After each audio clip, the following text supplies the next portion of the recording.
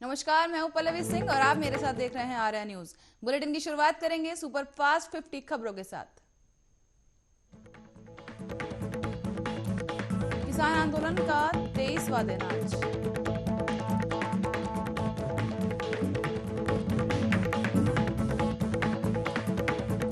समर्थन में आए चिपको आंदोलन के प्रेरणा।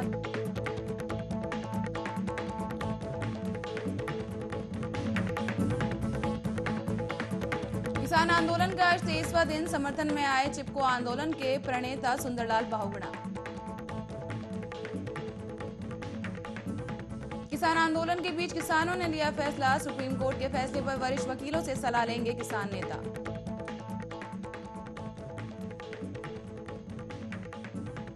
यूपी हरियाणा के 65 खाप चौधरी थाने बाजार नजरबंद किए गए। नरेश टिकैत ने की अपील, कहा किसानों के साथ डटे रहो।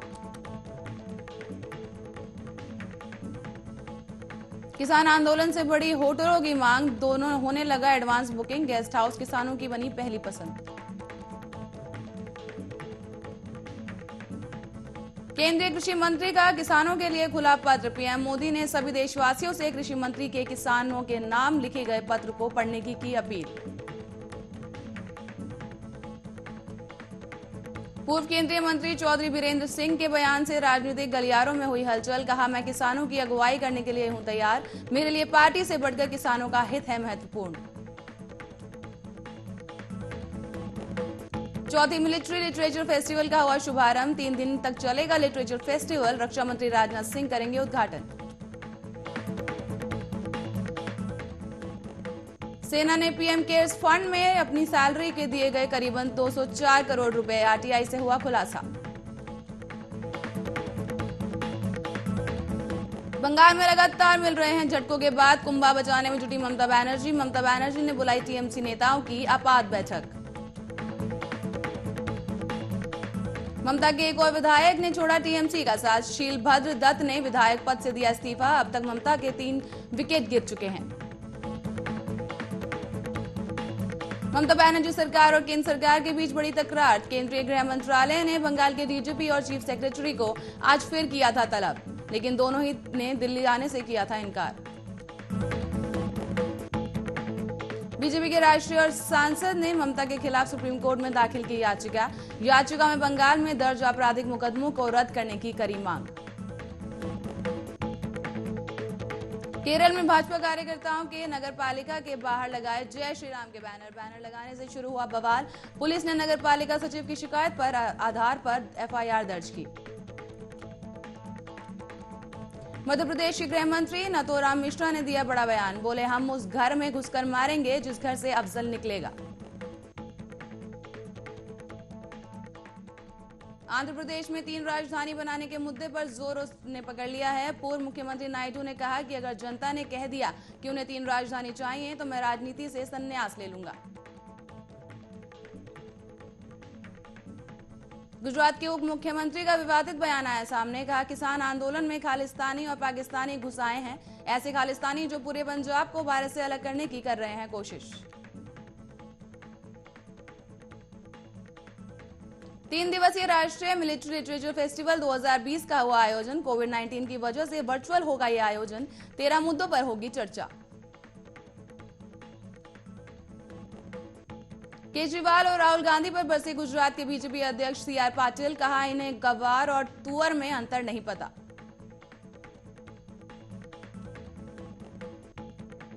हरिद्वार पहुंचे दिल्ली के उप मुख्यमंत्री मनीष सिसोदिया। गंगा आरती में हुए शामिल। स्वागत को लेकर आप कार्यकर्ताओं ने की थी तैयारी।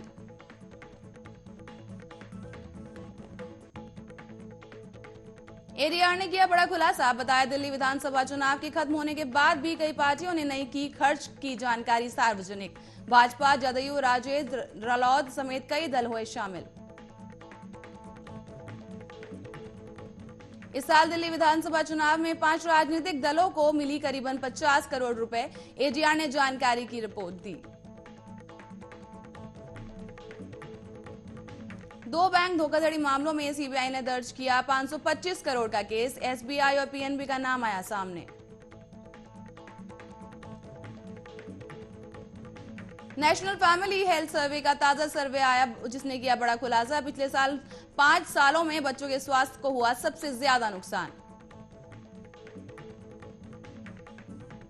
चीन और भारत के बीच तनाव बरकरार, सीमा पर तैयारियां हैं जारी। चीनी सीमाओं तक पहुंचने वाले राजमार्गों का किया जा रहा है चौड़ाकरण।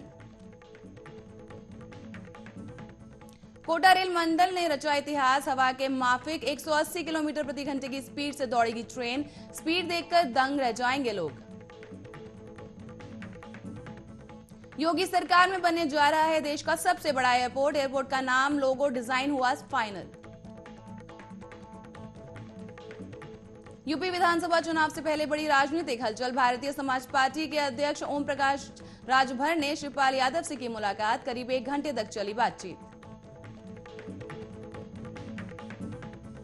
लखनऊ के एक सराफा कारोबारी के 4 ठिकानों पर आयकर विभाग ने की छापेमारी। करीब 40 घंटों तक चली कार्रवाई में 3 करोड़ की नकदी और 2 करोड़ रुपए का सोना किया गया जब्त।